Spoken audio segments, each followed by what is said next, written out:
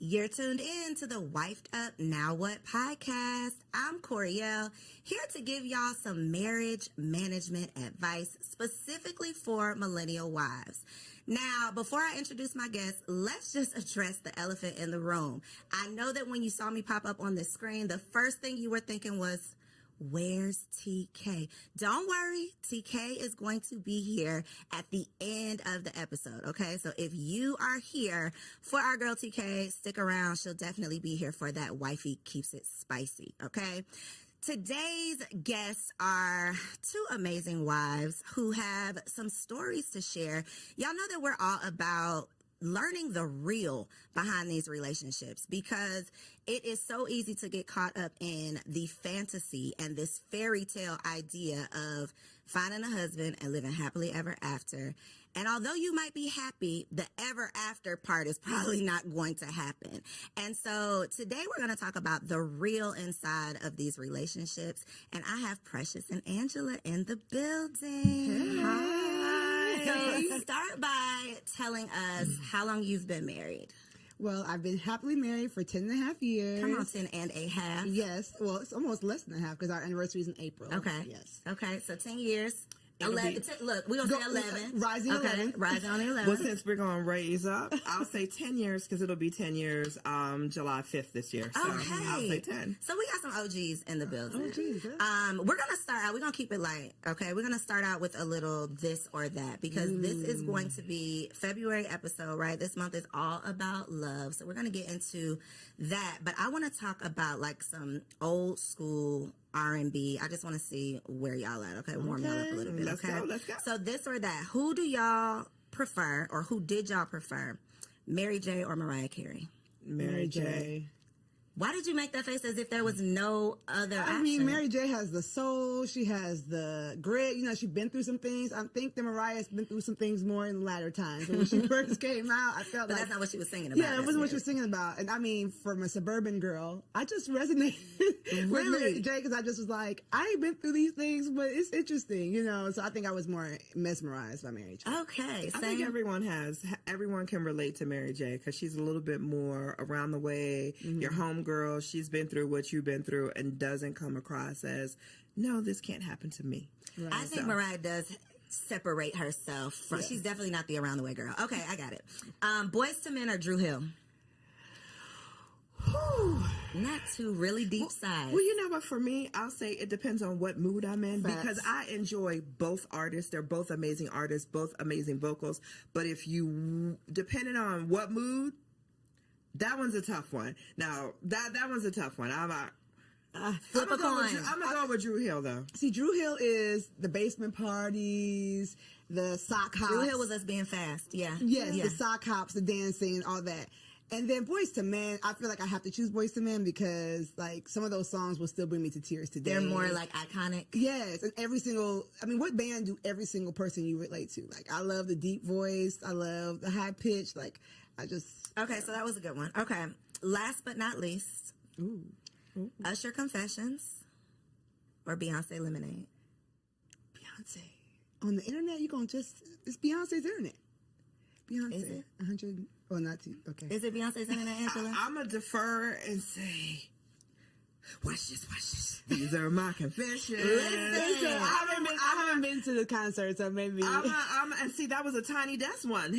I'm going to go ahead and say Usher. I am definitely in agreement with Usher. Yeah. I think that the album, now I put the album specifically because I think that it would have been hands down like Beyonce, but the Confessions album was so iconic. Priceless. Yeah, it's just like, how can you compete with that? I don't want to revoke my card because I just never really was like, I'm not saying it's anything against it. You're not familiar with it? I'm familiar, but I wasn't like one of those people that was playing it on repeat. Okay. Like, I don't know what era of my life. Every minute of every song. I don't know what era of my life I was in then, but college, freshman year. Yeah, look, I know what you was doing. Freshman year of college, no. Okay, it's a no for you. Okay, Beyonce Lemonade. Okay. So just a little fun to warm y'all up. Now we're going to get into some reactions. It's a lot of craziness going on these internet streets, right? But one of the perspectives that we don't often hear is the wife's perspective. We are always talking about relationships with single people, which is cool.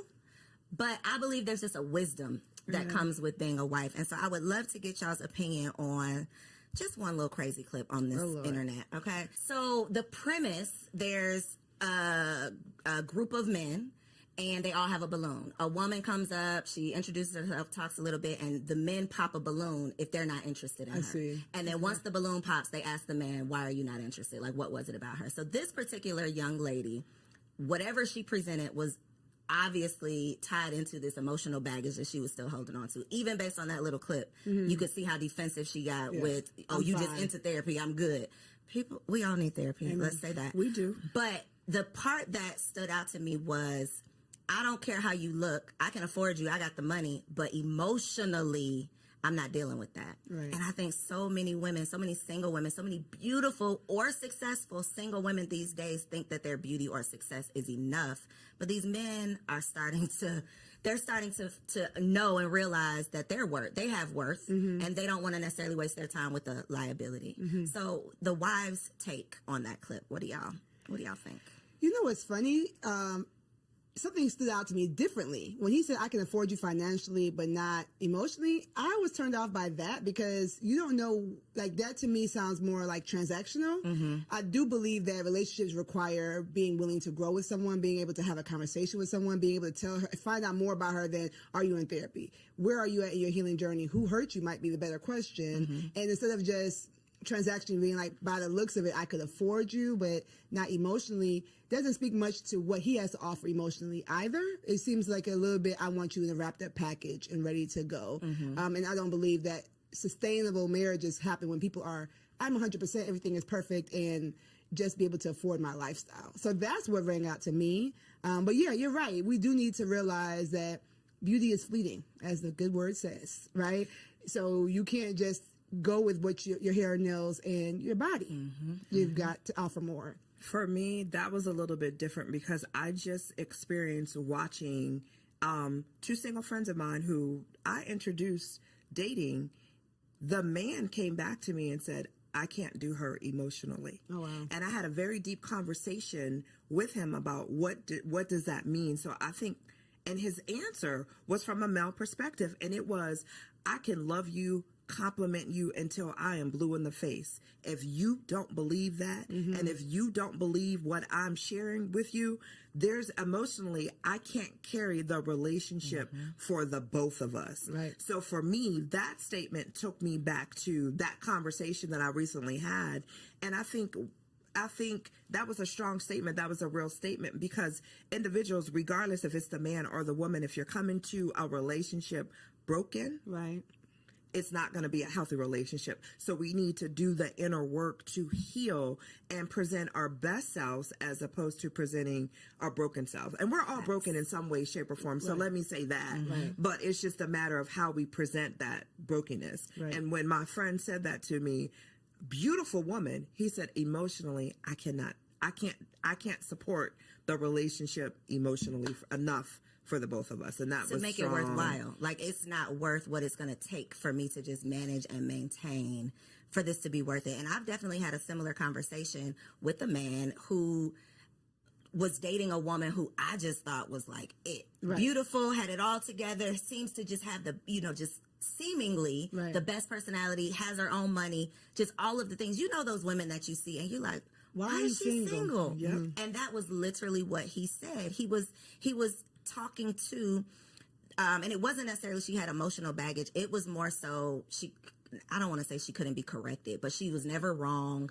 She could never accept any type of direction. And for men, if you act like you don't need me, they have no place. They feel like, well, there's no point in me being here.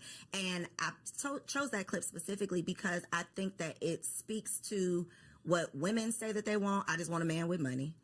And what men what we think men want, which is just a pretty face. So part of what you didn't see was her explaining, you know, what she wanted in a man was he had to have X number of dollars. He had to be at this certain position in life. And this man who's a doctor who is in that position was saying, well, I got it. I can do all that, but I don't want to deal with that. I see. The issue is I've been out of this dating pool so long. You know, it's been 12 and a half years at this point. And I go to a gym where there's a lot of young ladies and we talk and, you know, I'm always mesmerized by it, but it's so forward that it's so much criteria dropping, right? It's so much judging and pretentiousness. Like, it's not enough. Let me get to know you. And even the game is hilarious to me because it's just like, why do we as millennials want to label everything, quantify everything, get straight to the point per se, right? And we think that we're doing ourselves a favor, but really we're losing that nuance, that je ne sais quoi of getting to know someone, getting to experience that person. And, you know, for her, I feel bad because she's probably put that air up because she's been in this pool of men or whatever and feels like she needs to give her criteria based on being hurt or whatever. Therapy. As a counselor, I would, she needs therapy. But it's hard for me. I'm trying to stay out of that pool, and I'm praying for everyone in it. That part. I think, though, the defensiveness is definitely a turnoff. Yeah.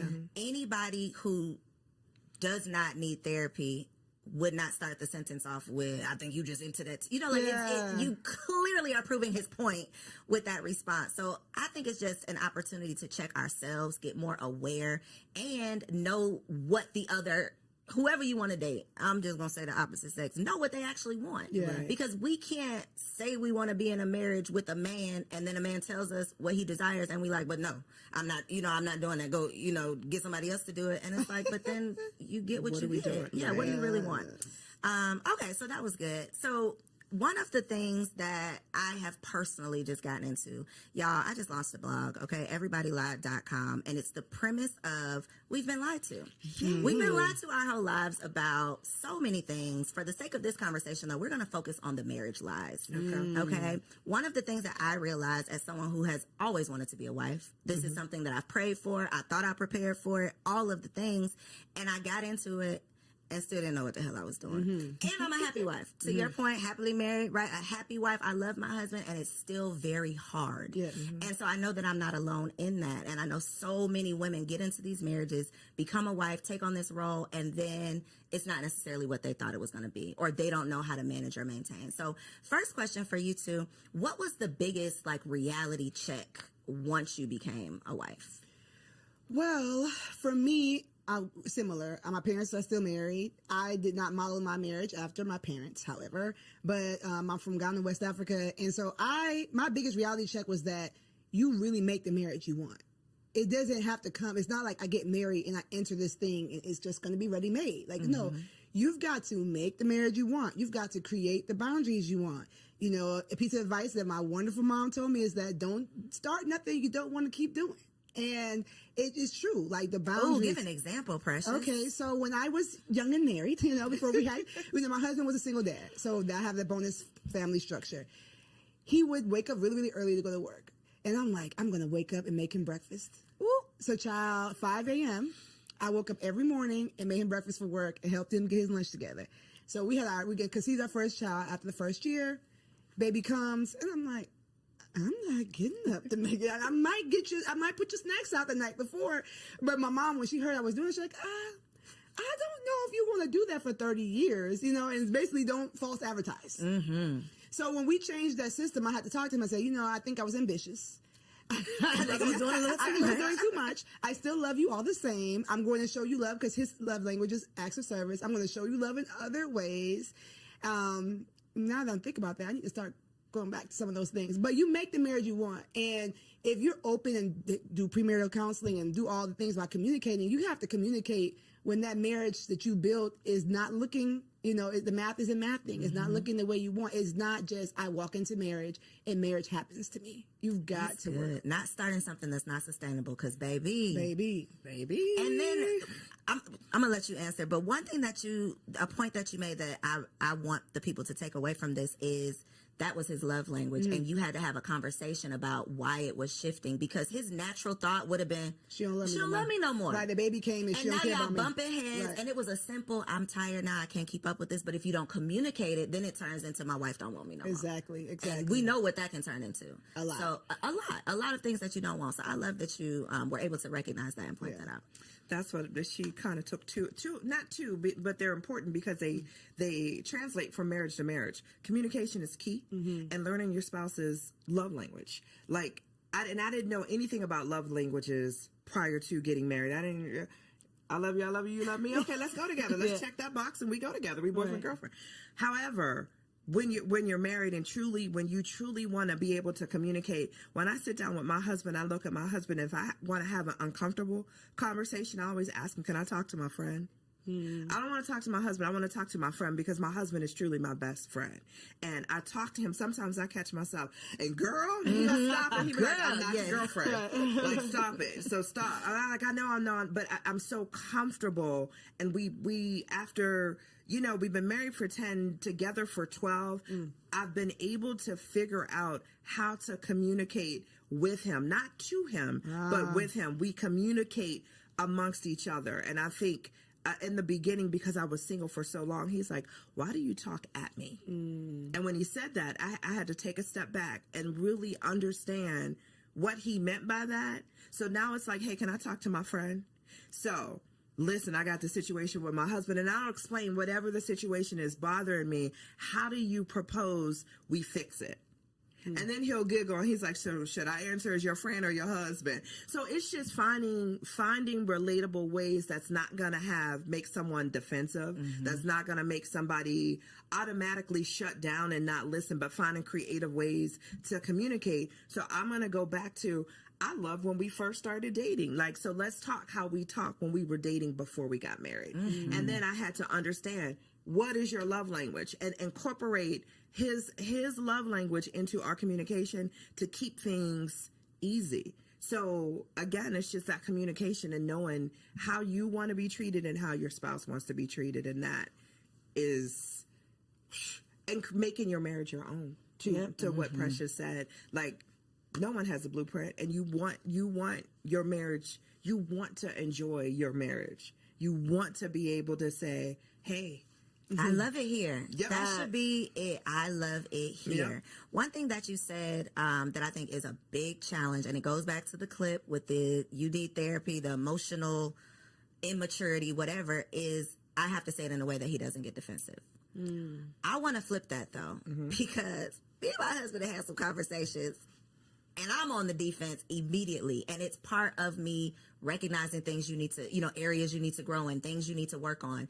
I am very non-confrontational, so I don't want to have those tough conversations. But baby, in this marriage, it is not what you want to do. It's what needs to be done. And so for a woman who's not willing to mature or grow or evolve or go to therapy or work on herself, marriage is not going to work. It is not going to last. She need to stay single. You have to stay single. I put up on threads, if you can never be wrong, you should never get married. Like, if nobody can check you, that's the point of marriage. What are you doing? Like, marriage is your mirror. Marriage is motherhood too, if we're going to get to that. But marriage and motherhood are your mirror. Okay, alliteration. You're going to see yourself in the way you never saw yourself while single. Right? If you see yourself, it's going to be uncomfortable. It's going to be so uncomfortable. If you see yourself in your own eyes all the time, then, I would say get some really deep relationships, even with the opposite sex, even with your own gender, before you get married. Get people in your life that are going to challenge you. That iron sharpens iron, right? They are going to challenge you and show you where you're fleeting. I know nowadays roommates aren't popular. Like I said, this is a new thing for me, but I am a proponent of maybe having a roommate. It depends on your age. Somebody that's just going to show you, like, you do this and it's weird. Like, stop doing that. And if the first person who has a hard conversation like that is your husband, then he's going to be the enemy. Yep. Then it's you and it's not me, because nobody else has ever told me this. But you've never allowed anybody that close to you.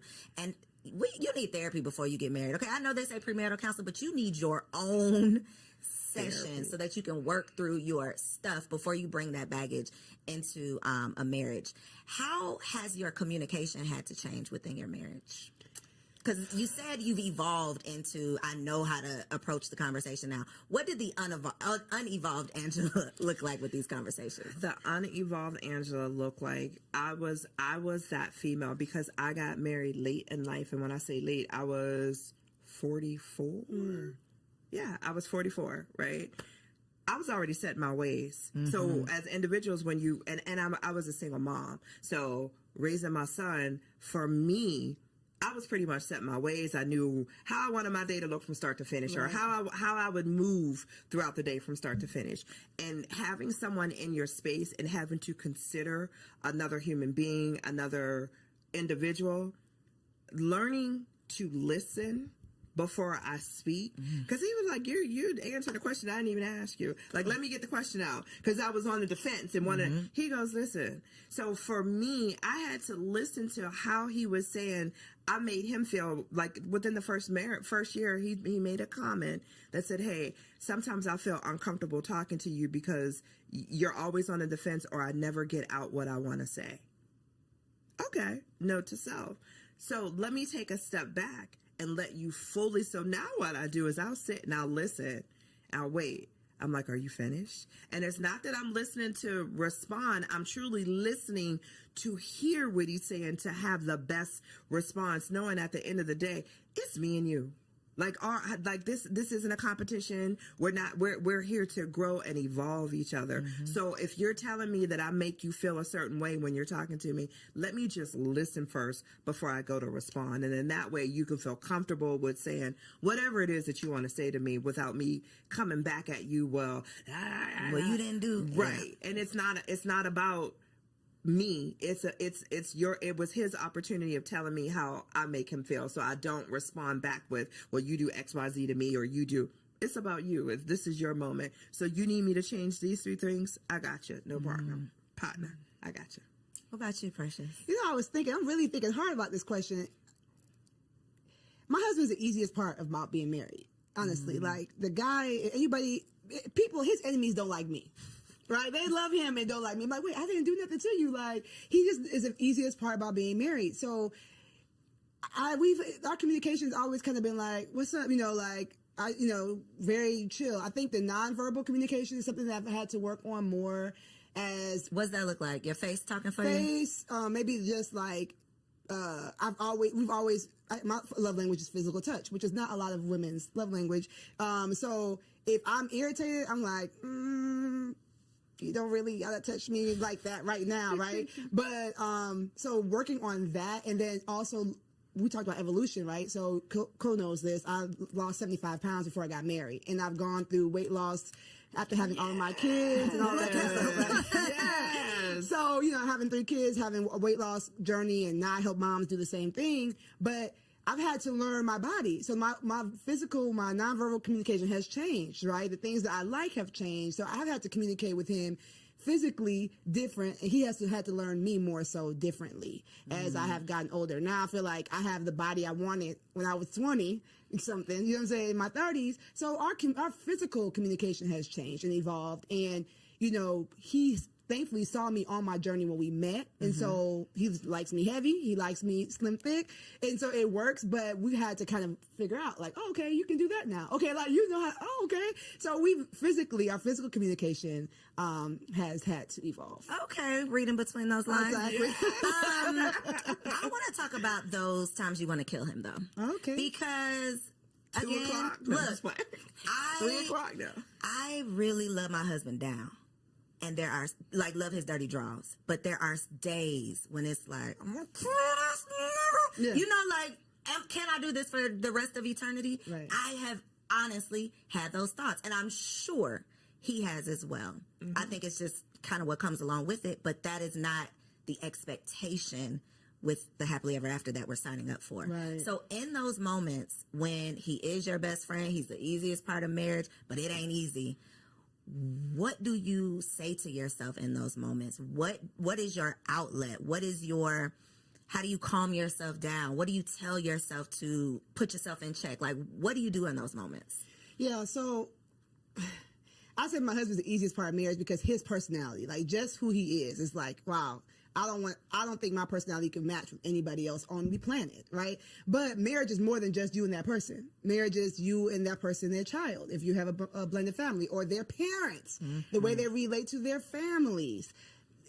With however toxic their families are, that's something you need to evaluate before you get married. Like, all those things matter. And so, the days where I'm just like, I don't like how you handled that, or stick up for yourself, or go for more, or, you're so talented in this, I want you to, where you're like wanting to coach your own spouse and you have to let them be their own person. I have to really decide that, like, am I? Personal development and becoming a better you is always going to make a better we. And so I think that a lot of times, especially wives, we have that vision. We can see where we can go. And sometimes our husbands are like, I want to watch football. Like, or I don't need to do good. Yeah, I'm good. Like, we're good right here, or whatever. And even if you have a super ambitious husband, some of the things that we see vision for, they don't see it. And so I say to myself, I say to my clients, like, focus on you. Focus on go to the gym, get a hobby, cope with your friends. Some of the things that we are getting frustrated with our husbands are because our friends are supposed to hold that role, not our husband. And so I've had to learn. A word right there. Listen, like, sometimes you're just putting too much weight on that relationship and it cannot stand the weight. And so spiritually, I tap in with God, like, maybe, Lord, am I using him as an idol? I need to spend more time with you. Physically, I'm trying to be up all under him and I need to go find a friend. I might be having some anxiety. Let me go get a workout in. Let me go get walk in, like, build me up physically, spiritually, emotionally, so that it takes off some of that pressure off the relationship. That's good. Yeah. Ooh, I like that one. When I get to the place where I just, what my husband, I honestly, I take a step back and I say, is it really detrimental to the marriage? If it's not, I let it go.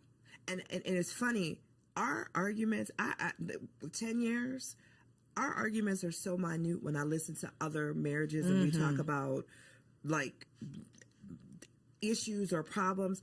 Our issues are so small, and I feel like I'm so blessed because of that, because we talk all the time and we communicate about things all the time. But when I get to the point where I just want to choke him, I take a step back and I'm like, is it really that deep? Is it really that detrimental? Like, I'd be mad, like, man, you left the bathroom light on again. I just want to, and I'm like, is it really that deep? Instead of checking him to say, hey, once again, you left the bathroom light on, I'm just going to go ahead and turn it off and keep it moving about my day. It's just, our arguments be the little petty stuff. But those little petty things can add up. Yes. If the communication is not there. If you don't, if they're not communicated. So, like, our arguments are not, like, I just look at and even like our biggest arguments are, I take a step back. Is it really that detrimental to our marriage? And if the answer is no, I just let it go and keep it. Do you all believe there's deal breakers in marriage? In your personal marriage, is there a deal breaker? I say all the time, if you cheat, then yeah, that's a deal breaker for me. And he looks at me, he was like, you'd be so quick to dismiss somebody for cheating. I'm like, for me, you always have a choice. And that choice is not necessarily, am I going to do it or not, but there's a choice prior to you wanting to do that. What is wrong in the marriage that needs to be fixed that you couldn't communicate with me? So give me the opportunity to fix it before you cheat. So for me, anything else we can get over, but if you cheat, there were all these opportunities. Obviously, I was not giving something, don't know what that could be, because you've never communicated that to me. So for me in our marriage, my husband already knows, for me, like, cheating is like a deal breaker, where he's the opposite. I'm his second marriage, and he's like, we're together forever. So basically, and he always says I had to ask myself, before I asked you to marry you, is this for good? And is there anything that I could not get over? And his answer was no. So I'm like, okay, well, that man ain't cheating. That man ain't cheating. He's trying to stay with you. I would say there is no immediate deal breaker in my marriage. Okay. So immediate. That means nothing is.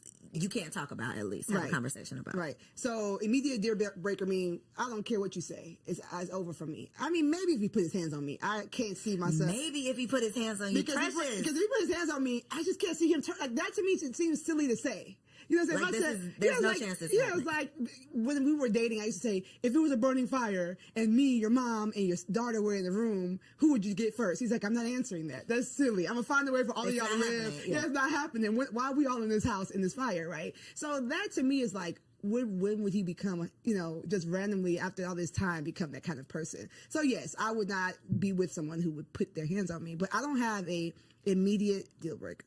That is great and scary. It is very scary. And I mean, I feel like I can say that now, right? So, I'm never going to be like on this internet, like, oh yeah, everything is perfect over here. No, I mean, we were both working class. We met. We still out here working through this pandemic, through this economy like everybody else. So I won't say that we're perfect in this, not something that the enemy could use to break us. But the way we look at marriage is like, this is our way to show people that Jesus is real. Like, this is our way to show people that, like, he didn't die for nothing. So for me, I would just pray that, like, whatever came our way, we would look at it as an attack and we would fight it together. Now, if we didn't make it, then we fought. You see what I'm saying? So that's why I say it's no immediate break. It's not to be like, oh, I love my husband, I'm never divorcing him. But more so like, we represent more than just me and him being happy. I love that. It's bigger than just y'all are building something bigger. Yeah.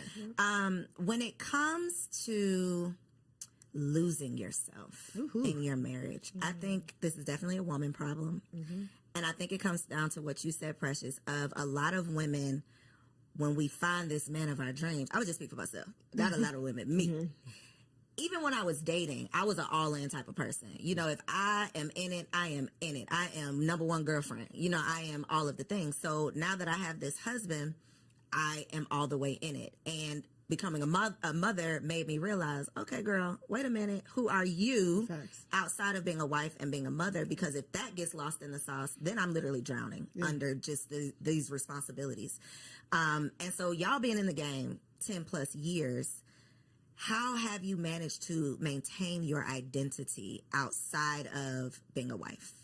Especially when you have multiple businesses, lots of things going on. You have desires to be more than just a wife, but this is obviously a big responsibility. Go ahead. Go. Okay. I think as a woman, you have to create and carve out that time for yourself. Yes. Period. Hands down. You need your girlfriend time. You need your alone time. You need your self-care time. As long as you are always making time for yourself, whether it's perfecting your craft, like Precious said, picking up a hobby, you have to 1,000%, just as much as being a wife, being a mom, we're all of that. Those are important. So is being myself. So when you have those days where, hey, guess what today? Y'all, I'm going to see you later because I'm going to go get my hair done. I'm going to get my nails done. I'm going to go to the spa. I'm going to relax. I'm going to go eat with my girlfriend. It's so important to make sure, not just the women, but the men too. It's just so important that you're taking that time for yourself and you're truly developing. You don't give up. I hear some people say, well, I gave up my dreams and aspirations because I'm a wife and a mom. What made you think you had to? Because the times are evolving. Yeah. There's things as nannies, like so much that people did not have access and finances to when our parents were coming up, or who we had as role models or marriages, role models in terms of marriages to model after. We didn't see that. We saw the wife staying home and being the wife and mom, and that was it. That's not where we're at today. And a big part of that is always making sure that we as women allot that time for ourselves and not feel guilty about it. Ooh, the guilt part. That part. There's nothing wrong with saying no because I'm taking time for me. Because if we're not good for all the other roles that we have, we can't be good for anything. So we got to be good to ourselves. You already know that she's speaking my language, right? So I heard you speak. One thing I want to affirm you, because I'm always going to do that, is that when you're a woman such as Co, and you're doing all these things as a single woman, society was going to tell you that it's not possible to have it all. It's not possible. So when you get into this beautiful marriage, it's like, okay, I got to work. I got to give everything I can to this because this is an anomaly. I'm an anomaly to be able to be this self-made, 6-figure, maven, right? And so that's a lie. Right? Everybody lies. See, that's a lie. That's a lie. You can have it all. You might not have it all at the same time, and you might not be the one to do it all, but you can.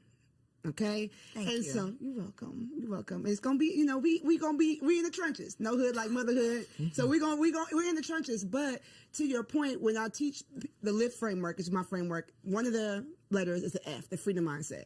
That fighting that guilt. And what you said about the T, taking your turn, I'm not gonna go into that, right? Like you take your turn, you do stuff for you, but you gotta start with the mindset of why do you think you need to be lost? How, if you lose yourself, will your husband have someone to love? Will your kids have someone to nurture? Like, getting better gives him a new woman to love, right? Every time I get better, every time I lose an inch, every time I get a new hobby, it's like, okay.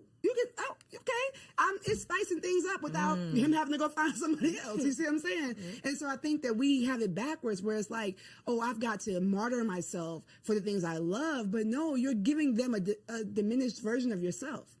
And so even if mom guilt or wife guilt, because I feel like I have more wife guilt than mom guilt, them kids will be all right. Yeah, them kids will be all right. Yep. I feel like y'all have each other. I birthed all y'all so y'all can have each other, go on and play, right? But sometimes I'm like, I'm at this thing, I could spend more time with my husband, or I'll bring him something home to eat. Like, I have more wife guilt than mom guilt, but I have to remind myself that, like, the things that I'm doing to make myself better, make me happier, make me more understanding, make me more energetic. You know what I'm saying? Like, go to the gym, sis. Take the time for you, like, because you're going to be a better version of you when you get there. And so losing yourself is normal. It's more normal. That's a lie, too. It's more normal than you think. You might be beating yourself up and saying, why? I can't believe I let myself go. I can't believe it. There's a lot of people are doing it. But they're not talking about it. But they're not. Which is the point of these conversations. Because when I see the perfectly curated homes, all this not a figment of our imagination, because I'm seeing it right here on my timeline. It's social media. It's what we think is the norm, and it's like, no, that is not. First of all, that's not even real, probably. But we are comparing our real lives to this fantasy or fraudulent 18 seconds, 30 seconds. Clip that we see.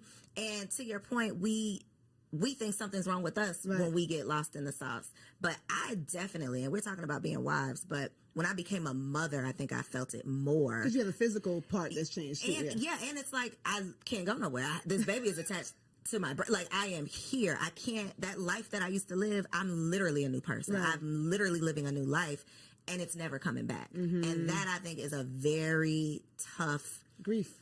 It's grieving your old life. I literally, that old self died, and now I'm this new woman, and I'm trying to figure it all out. And so conversations like this are so important so that we can normalize the struggle. Like, this, it's not happily ever after. It can be happy, but ever after to me means forever and ever and ever. You're just gonna be happy, and that's not the case. Exactly. I think to Precious's point, she made a statement earlier in regards to when you become a new mom, your friend circle is going to change. Yeah. You want to surround yourself around individuals who are walking the same path you are. You're a new mom, and I'm not saying you're a new mom today, but as a new mom, you're not hanging with the girls that always want to go to the club, because that's not you anymore. So as you develop as a woman, and as we evolve as women, our circles change. Our circle of influence change. I wouldn't ask a single girlfriend who knows nothing about being a parent to watch my child for me. But guess what? I'm going to have a whole nother set of girlfriends who are parents, who understand the struggles of being a mom and being a parent and having someone attached to you, or always having to be mindful of another individual. So we just need to, instead of not having the conversations, and I'm so thankful that you have this platform for individuals, for women to know, it's all a lie. Like, you evolve and grow, and as you grow, your circle's going to grow, and as a woman, we're going to grow, and that's the evolution part of that. Yeah, but even to that point, I feel like some of those single friends are just real important too. Those are the TTs, right? I think the village has evolved. It's not going to always be the grandmas, because some of these new grandmas, these grandmas is out in the these streets. new grandmas are out in the streets, right? So I agree with her saying, like, get those sisters that can, that's why I created my brand. That's why I created what I do, because we need to have a tribe, right? But then don't forget about some of the people who might not be in the same zone, because they're going to be the ones to take the kids to do the fun things you don't feel like doing. So what about friends for your marriage? Because that is another, like, revelation. I done had so many revelations. That is one of them, of, like, it takes a village to raise a kid, but I think it takes a village to have a healthy, happy marriage as well. True. Absolutely. Especially in terms of not necessarily like leaving your single friends in the dust, but I do believe there is a value and a benefit to having other married couple friends. Absolutely. Because when you come across some of this craziness, I gotta have somebody who I can relate to. True. So what has been the value, or have y'all seen any value or benefit of having those like marriage friends, or do you? Absolutely. We always joke, if I like the wife and he likes the husband, we go together. Like, that's it. Like, once you find that, that is gold. And then, unfortunately, we've had some times where he loves the husband. Like, I'm like, sorry, y'all got to break up. Y'all got to break up because I'm not coming. I'm not coming. I can't do it. Thankfully, I'm an extrovert, so I'll bear with them once a quarter. But it ain't finna be no regular. It's not going to be. So, yes, I find it very important. We're members of a church. We were in ministry for a long time. So, a lot of that was ready-made for us. So you had a built-in. We had a built-in community now when we changed churches, and it was like hard. We were like in the first place, like, well, you got to make new friends at this age.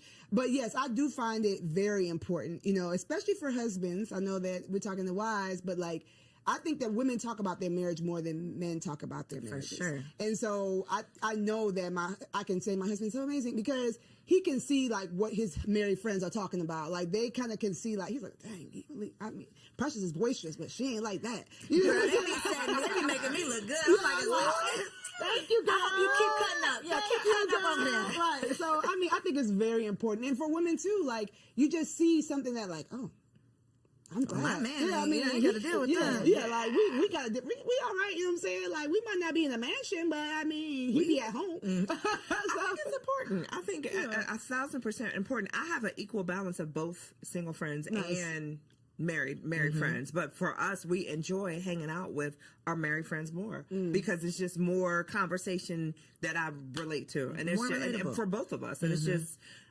super important because I think healthy marriages feed healthy marriages, and you also want to have a safe spot where if there's an issue within your marriage and you're looking for advice from other married couples, then it's good. Not necessarily advice. Let's say that, because I always tell people be cautious of who you take advice from. But just just hearing that you're not the only couple that has gone through or will go through what it is that you're going through. So okay.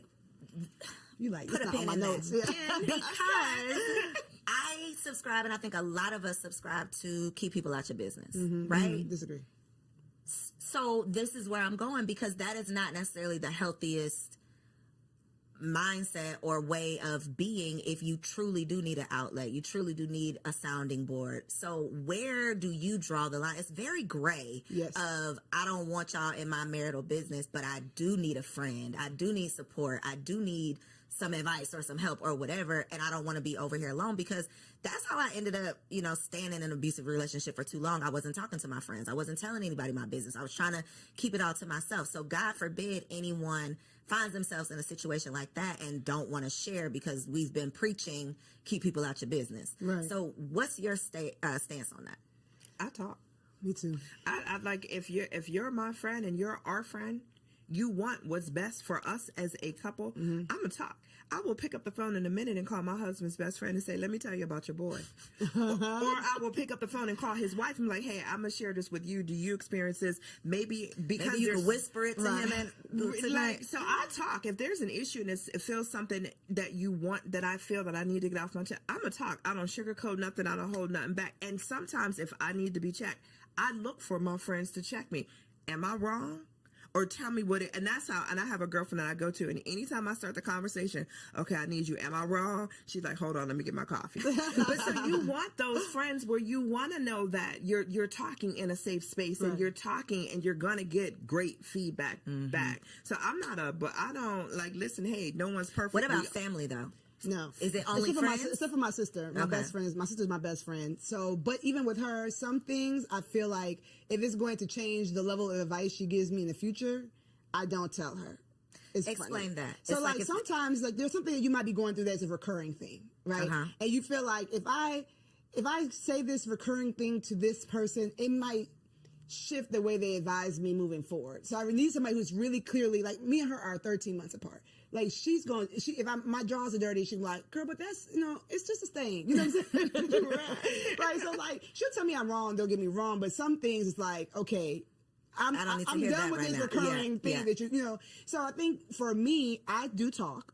As you can see, I do talk, but we've already used wisdom in the circle. Like it's only, but he knows the 3 people I'm told. It's not gonna be this random friend I met at work and it's like we're best Now friends. she in your business. Yeah, no, Right. it's like he knows, and then he gonna know if her husband texts him. It's like, oh dang, she didn't tell.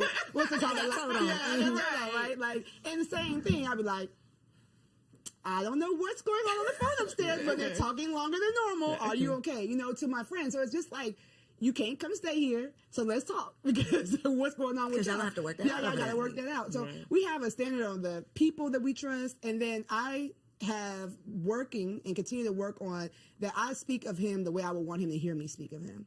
So if I'm telling somebody something, if I haven't talked to him about it yet, I want, if he overheard me, it wouldn't be like, dang, like, so you just calling me low down and no good. Like, you know, like I I respect my husband when he's there, when he's not. And I don't speak to people who are going to be like, yeah. That, you know, like speak negatively of him too. If somebody has that type of vibe towards marriage, like, because you know, these husbands are, You are not the person. You are not the outlet. I person I'm can't. talking And I can to. be super close to that person, right? But if their view of marriage or based on where their marriage is, they're ready for you to like, yes, like finally, especially like I told y'all, my husband's liked by everybody. Yes, finally he did something. Because you know, all these husbands don't do. No, don't be all these because then now I'm defensive. I came to you to complain about him, but now I'm like, but wait, No, but wait a minute. he is still perfect. Now No, this Jojo. conversation has taken the time. Exactly. Now I got to defend my husband. I was coming here to get some advice or get some. I wanted you to be on my side, but not that much. You know what I'm saying? So you have to use wisdom. You have to be spirit led for me because, like I said, anybody can be used to attack your marriage. And so if you want to work it out, that's where I think the whole don't talk to people is. If you know you want to work it out, or you know that there's something that might be somebody else might consider a deal breaker, go to the right person that's not going to come and be used to draw a wedge between you and your husband. I don't think it's family though.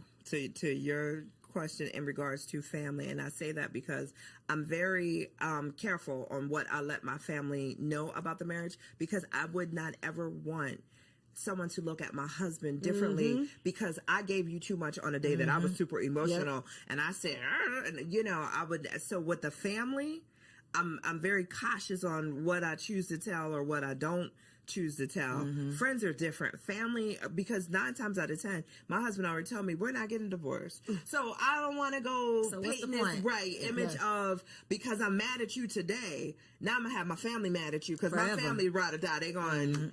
So I'm careful when it comes to family on what I tell and what I don't share. Friends choose you. Family doesn't. Yep. So if you're talking to a friend, this person has chose to be his friend, chose to be y'all friend. They like him for who he is, right? Your family is putting up with him might because not even like your right, exactly, right. And thankfully, my family loves Aunt, but it's like they didn't choose him. They don't even know him as well as my friends know him. So I think it's just about, you know, not casting your pearls in space that's not safe. You know what I'm saying? Picking the person that you know loves him and might be like, not Precious. You know, sometimes he does it. You know, like giving him the benefit of the helpful advice. Yeah.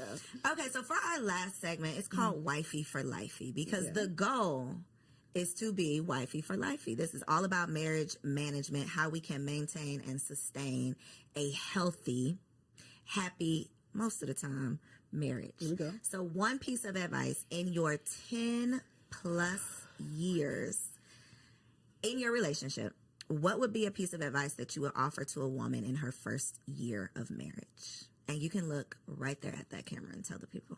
Hey, girl. My advice is that you're God's daughter first. He created you. He gave you your name. He gave you your parents. He gave you your body.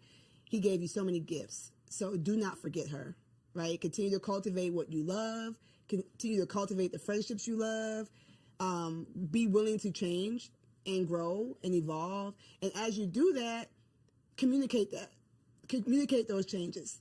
Do the self-work. Don't just set it and forget it, right? So continue to grow, continue to love on you. The word says that you love the Lord your God with all your heart and love your neighbor as yourself. But if you don't love yourself, if you neglected yourself, that love you're giving other people is not going to be the level of love that they deserve. So just don't forget you. You know what I'm saying? If you ever need a hand in the process, my name is Precious. I got you. But just don't forget you, and you're loved. Thank you, Precious. What you got, Angela? For me, it's communication. I'm going to stand on it. I'm going to stand 10 toes down. Figure out the best way to communicate with your spouse. However, whether it's verbal, nonverbal, listening, communication is not just talking, it's also about listening.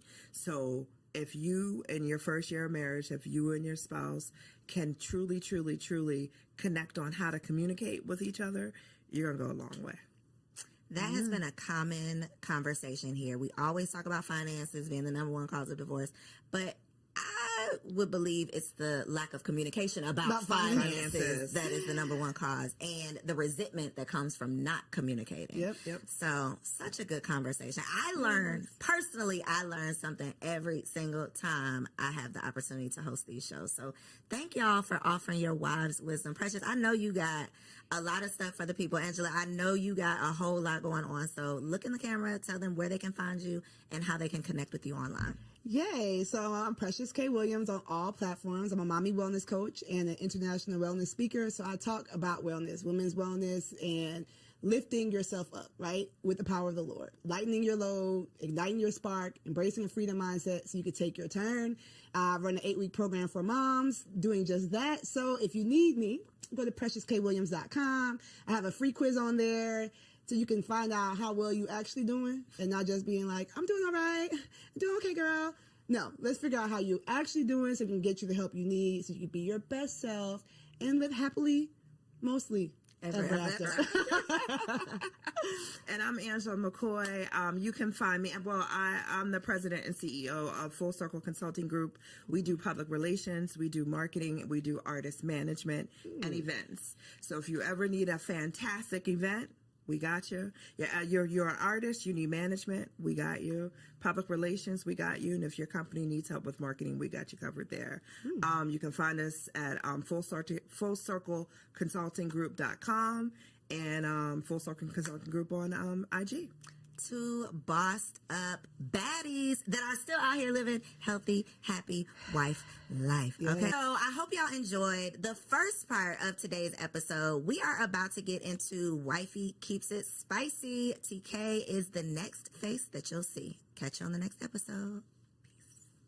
Hello, beautiful ladies. Welcome back to another Wifey Keep It Spicy segment with your girl, Takesha. I'm super excited to be back. Yes, with another banger, of course. This is the month of love, February. That's why I got on my red, keeping it sexy. But Valentine's Day is right around the corner as well. And so, of course, I had to give y'all some gems, some jewels, some tips, the tea on how to keep it spicy. Listen, this week is for the big girls. Okay. What do I mean? Because I'm about to challenge y'all to something all month long.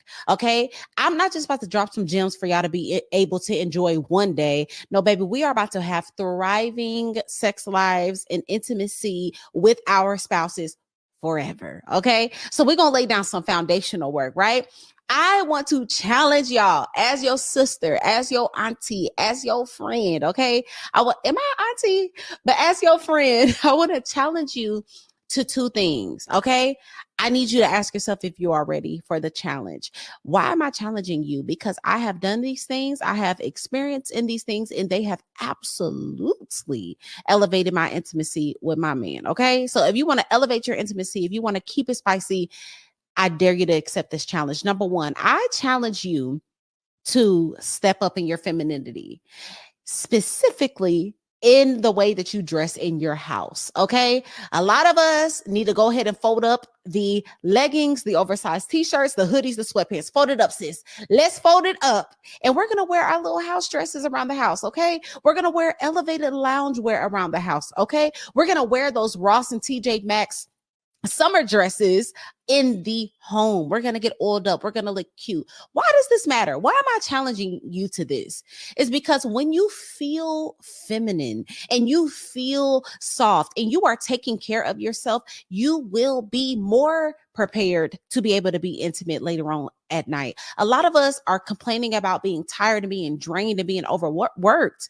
And we just feel like we're in this masculine energy. Well, here's a small tip to step into that feminine energy so that you can be all you need to be when it is time to do what we need to do. Wear those dresses around the house all month long. Step into your feminine essence, right?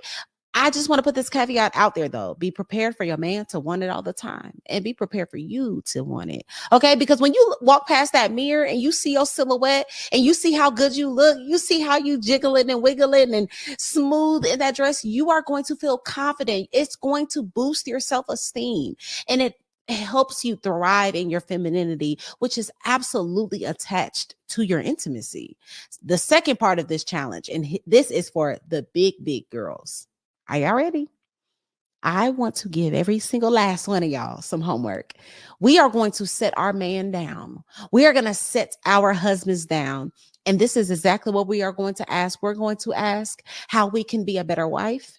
We are going to ask for them to share with us all the areas that we could work on. We are going to ask for every aspect of our lives. How am I as a mother? How am I intimately? What is the things that you want from me? Talk to me, Big Daddy, right? And I know a lot of y'all like, girl, he the one that need to be elevating. He's the one that needs to be asking me these questions. But I just want to challenge y'all to take the lead.